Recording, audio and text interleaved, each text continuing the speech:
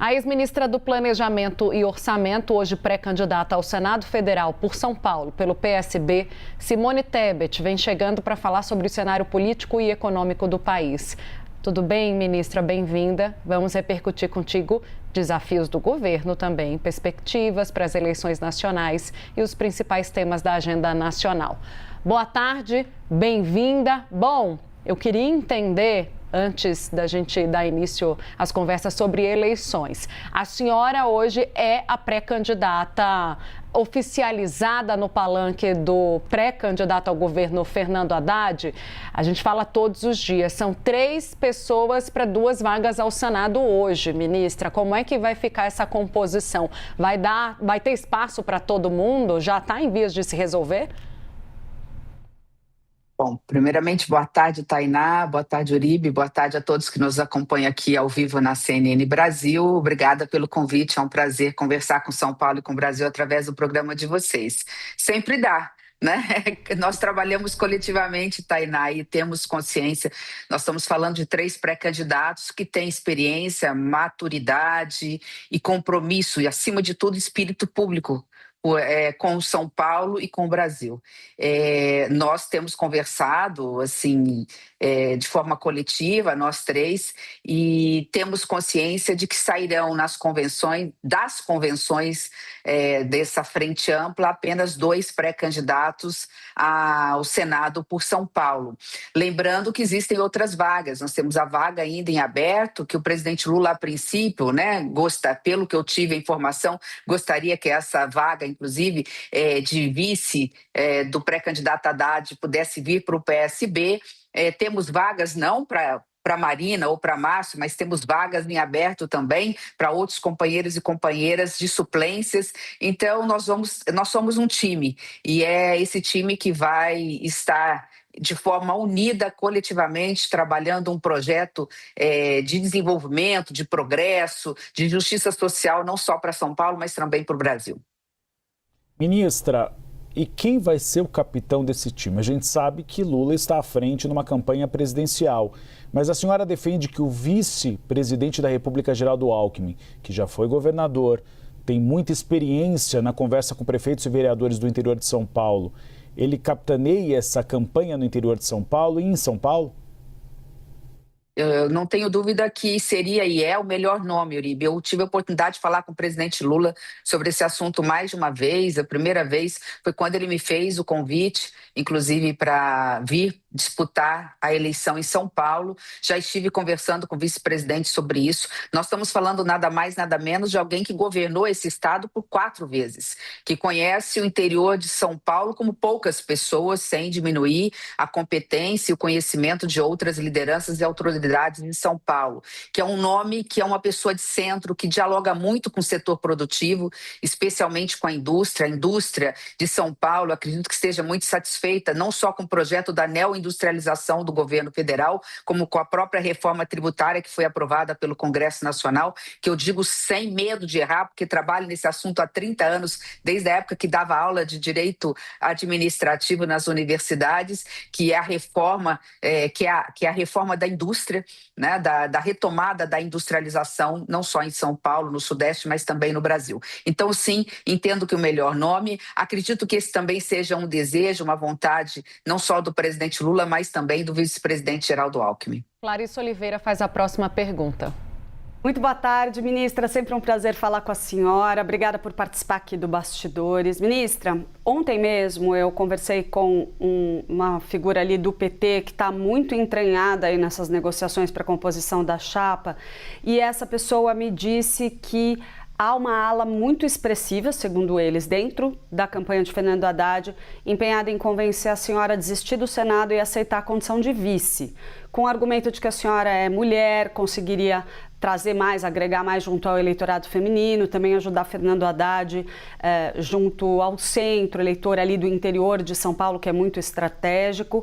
Mas a gente sabe que a senhora está posicionada como pré-candidata ao Senado e que há um compromisso com a senhora nessa direção, que veio desde a migração para o PSB. Então eu pergunto para a senhora, existe alguma possibilidade de a senhora aceitar disputar como vice?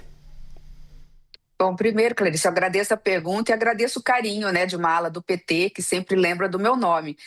Isso mostra o quanto eu fui bem acolhida, né? Eu que sou uma pessoa de centro, que não sou de esquerda, né? Assim, as pessoas sempre falavam assim, o PT é sempre muito difícil. Eu falo, gente, eu nunca tive dificuldade com o PT, nem quando estávamos em lados opostos e fui muito bem recebida no governo, tenho um ótimo diálogo e relacionamento. Mas quero já adiantar para vocês, com toda clareza, que quem fala em nome do PT, obviamente, além do presidente Lula e do Fernando Haddad, é o presidente nacional do PT, Edinho Silva.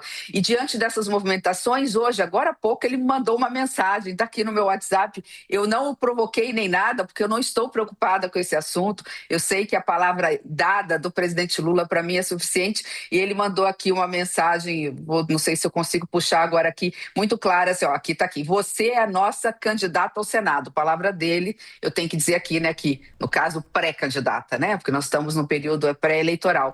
Então, assim, ele já de cara querendo dizer, olha, isso faz parte do processo, e eu justifico porque eu tive com a Haddad há um tempo atrás e ele havia me falado de uma pesquisa interna do partido, não lembro os números, mas dizendo o seguinte, que numa disputa onde eu aparecia como pré-candidata a vice na enquete, eu tirava 3 pontos do adversário e dava 3 pontos para ele numa diferença menor de 6%. Isso naquela época isso pode ter mudado, né? E ele apenas constatou isso e nem me fez pedido em nenhum sentido, porque sabe que o nosso objetivo principal é a reeleição do presidente Lula. Eu venho para uma frente ampla, para junto com Geraldo Alckmin, que também é do meu partido, estamos percorrendo não só a capital, mas especialmente o interior de São Paulo, falando com setores com quem o PT não entra, mas eu dialogo. Todos sabem, eu nunca neguei isso, eu sou do agronegócio, a minha família é do agronegócio, tenho visto, inclusive, essa discussão aí, né, da questão do refinanciamento da dívida. Então, sou aquela pessoa que tem a legitimidade para estar dialogando com setores do centro, da centro-direita, eu que sou mais fiscalista, que sou mais centro-direita na pauta da economia, que sou centro-esquerda na pauta de direitos humanos, na pauta de costumes, que tenho essa possibilidade de dar essa cara de frente ampla, que é a verdadeira cara do governo do presidente Lula, que tem, nos seus 37 ministérios, e teve até pouco tempo, 3 ministros do MDB,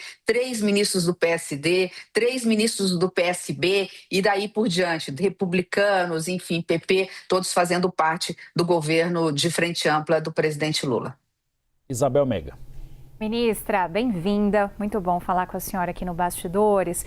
Na primeira resposta, a senhora falou algo na linha, e aí, se tiver incorreta a minha interpretação, por favor, me corrija, mas de que defende o nome do PSB para a vice de Fernanda Haddad. Então, se não é a senhora, só resta Márcio França. Por que está tão difícil convencer Márcio França? E, ao mesmo tempo, eu queria que a senhora ajudasse a gente a entender qual é o papel de cada um na chapa. O que cada um desses nomes, nesse problema bom que Fernando Haddad tem, porque foi assim que ele se referiu a essas disputas todas, pode agregar para a candidatura do PT no estado de São Paulo? Bom, a política tudo é time, é tempo, né? A conversa ainda não aconteceu. Nós estamos sendo atropelados por acontecimentos. Nós não podemos esquecer que o presidente Lula, ele ainda é um pré-candidato, mas ele é presidente da República Federativa do Brasil. Ele tem demandas, quer dizer, ele faz política ou campanha nos sábados e domingos. Fora isso, de segunda a sexta, embora inaugurando obras, não deixa de estar, de alguma forma, divulgando, né, o seu trabalho. Ele tem demandas normais do dia a dia, e isso quando não somos atropelados por má notícias de falsos profetas e patriotas, falsos profetas e falsos patriotas que vão aos Estados Unidos advogar contra o Brasil. Então, é uma dor atrás da outra, cada dia acordando com barulho, né? Nós estamos falando também de 20 estados da Federação Brasileira, onde precisamos compor. Acho que no momento certo, o presidente Lula estará chamando o PSB para conversar, né? Estará chamando não só a mim, embora o meu assunto já esteja conversado, mas o próprio ex-ministro e pré-candidato Márcio França, que é um baita de um companheiro, assim, uma pessoa extraordinária, de diálogo, de consenso, que joga em time, né? E que a hora que for conversar, seja o Haddad, seja o próprio Geraldo Alckmin, o presidente Lula conversar, né? Vai ouvi-lo, ver as demandas e, obviamente, que vai, a partir daí, teremos o nosso veredito, né? Eu não estou com isso nem advogando A ou B. Eu aqui sou a última a poder advogar um nome para compor a chapa comigo numa pré-candidatura ao Senado. Quando eu falo que eu gostaria, é porque eu faço parte do PSB. Se o PSB pudesse ter 2 vagas como pré-candidato ao Senado e a vaga de vice, é óbvio que eu vou advogar nesse sentido. Isso não vai acontecer, quero já antecipar, né? Mas é só nesse sentido que eu entendo Márcio França um excelente nome, seja para pré-candidato ao Senado, como para compor a vice de Fernando Haddad. Ele conhece o Estado, ele já governou o Estado, ele já foi ministro de Estado, né?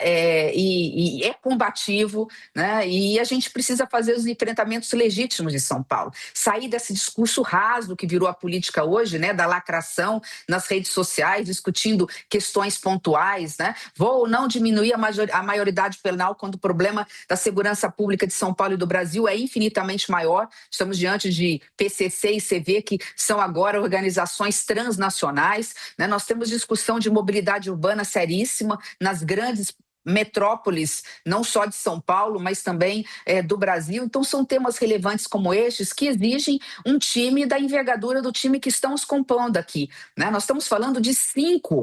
Nós estamos falando de 5 no nosso lado, lideranças que têm experiência, competência, espírito público, que foram ou governadores de São Paulo, ou ministros de Estado, ou senadores da República, ou candidatos à presidência da República, quando não foram tudo isso ao mesmo tempo. Qualquer um desses. Quando eu falo 5, eu estou incluindo aqui, obviamente, Geraldo Alckmin, porque, e sendo de São Paulo, é o nosso pré-candidato também à presidência da República. Ministra, eu estava aqui dando uma olhada, né, na campanha de 2022, eu cobri, vi ali a senhora quando no segundo turno entrou num auditório aqui num hotel em São Paulo para anunciar apoio ao presidente.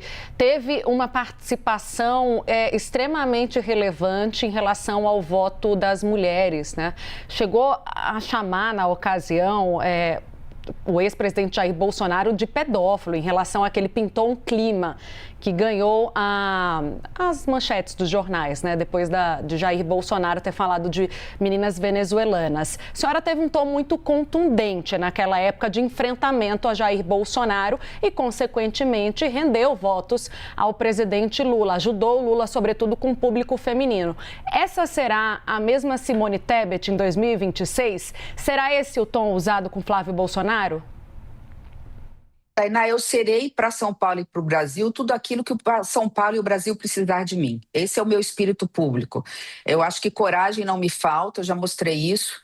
Eu não nasci corajosa, mas a vida me forjou nisso. As mulheres que vão para a vida pública, sejam como jornalistas, como profissionais liberais ou como políticas, elas se fortalecem na dor. Eu aprendi a não ter cara feia e a enfrentar. E o governo Bolsonaro me deu a coragem que faltava para defender as mulheres, as minorias, a juventude, né, os nossos trabalhadores, os setores produtivos, porque o bolsonarismo representa tudo o que eu não aceito e o que eu não quero para o meu país. Então, se eu precisar ir para enfrentamento, eu vou. Eu tenho feito isso nas redes sociais, né? Eu falo que quem fala em nome de Deus, da pátria e família, né? Hoje é o Deus do dinheiro ou do poder deles, né? A pátria que não é nossa e a família própria, nunca a família brasileira. E isso está se mostrando aí, né? As máscaras estão caindo, as pesquisas estão mostrando nesse sentido. Mas eu venho principalmente, Tainá, sua pergunta é relevantíssima, para tentar elevar o nível do debate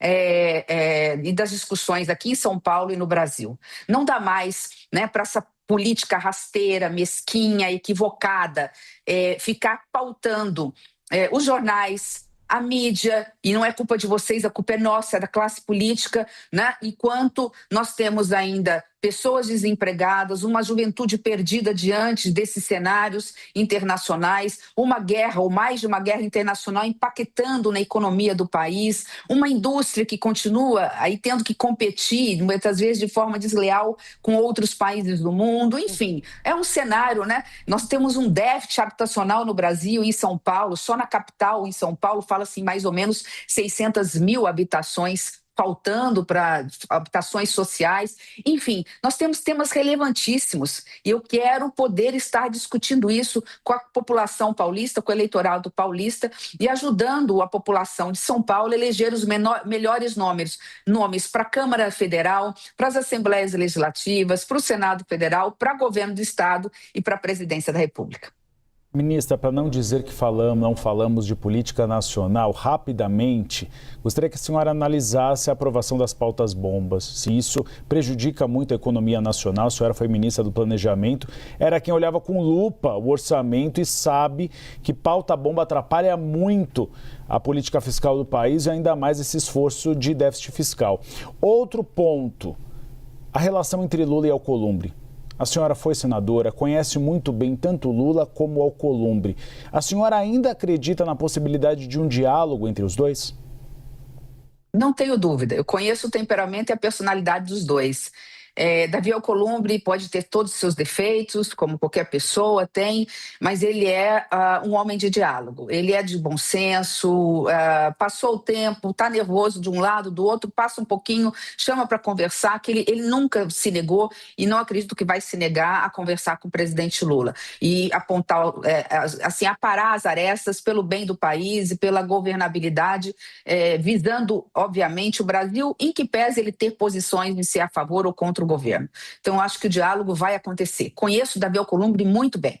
Fui colega dele por 8 anos. Em relação às pautas bombas, Uribe, sem demérito, né, da discussão demérito do projeto que foi aprovado ontem, que eu acho que é meritório o projeto, eu acho que a gente precisa debater essa questão. Os efeitos climáticos estão aí, impactando a economia mundial e brasileira. Quando a gente fala em dívidas do agronegócio, nós estamos falando de dívida da agricultura familiar também, que coloca comida na nossa mesa. O momento não podia ser pior. E eu digo por quê? Porque nós estamos à véspera de uma eleição, eu não sei nem se esse é o melhor projeto para o agronegócio brasileiro e por uma razão, porque não trouxe de forma muito clara de onde vai sair esse dinheiro para compensar. Existe uma lei, que é a Lei de Responsabilidade Fiscal, e ela é clara. Se eu crio uma despesa permanente, eu tenho que ter uma compensação orçamentária sob pena de prejudicar aí o pagamento de serviços considerados essenciais. E eu acho que esse assunto pode avançar. Acho que agora é a hora de todo mundo ir para a mesa de negociação e conversar. Eu tenho uma saída, inclusive, e vou dizer que não é demagógica, porque eu não falo isso desde agora. Eu fui candidata à presidência do Senado, a primeira mulher a ser candidata sabendo que ia perder, para denunciar o orçamento secreto. Em 2025, as emendas parlamentares giraram em torno de 50 bilhões de reais no ano de 2025. Neste ano, passou para 61, 62 bilhões de reais. Portanto, aumentou em 11 a 12 bilhões. Esta pauta bomba, chamando de pauta bomba, que foi aprovada, segundo as estimativas da equipe econômica e dos consultores, parece-me, e peço desculpa se não foi dos consultores do Senado, gira em torno de 140 bi por ano. Se nós, por 10 anos. Se nós dividirmos isso por 10, 140 por 10, dá algo em torno de 14 bi. É exatamente este valor que praticamente foi aumentado de despesas de emendas parlamentares do ano de 2025 para o ano de 2026. Então, o Senado poderia dar um gesto. Acho importante, é necessário discutir refinanciamento de dívida do setor que mais hoje impacta positivamente o PIB brasileiro, que faz crescer, gera emprego direto e indireto em todas as cidades do Brasil, especialmente nas médias e nas pequenas. Então vamos renegociar. Se o Congresso entende que é o momento, que isso é urgente, que é relevante, tire, por exemplo, daquilo que não é tão importante, que não é tão relevante e que inclusive é uma excrescência. Eu não sou contra emendas parlamentares, nunca fui, mas não nessa grandeza a ponto de engessar o orçamento brasileiro e impedir que o executivo, o presidente da República, seja ele qual for, governe o país. Porque quase 1/3 hoje do orçamento livre para se fazer políticas públicas no Brasil quase um terço, se não é um terço, hoje fica na mão do Congresso Nacional em forma de emendas que não tem a transparência devida, a rastreabilidade e que não tem planejamento. Então, o dinheiro vai solto, né, chegando a pagar festa junina, shows milionários, enquanto a população carece de remédio no posto, de uma emenda de qualidade, de uma merenda de qualidade ou de uma obra de infraestrutura relevante ou importante para a sua cidade. A gente conversou com Simone Tebet, ela foi ministra do Planejamento e Orçamento, agora é pré-candidata, oficializada, inclusive aqui no Bastidores, pelo presidente do PT, o apoio do presidente Lula, reafirmado o apoio de Lula a Simone Tebet agora.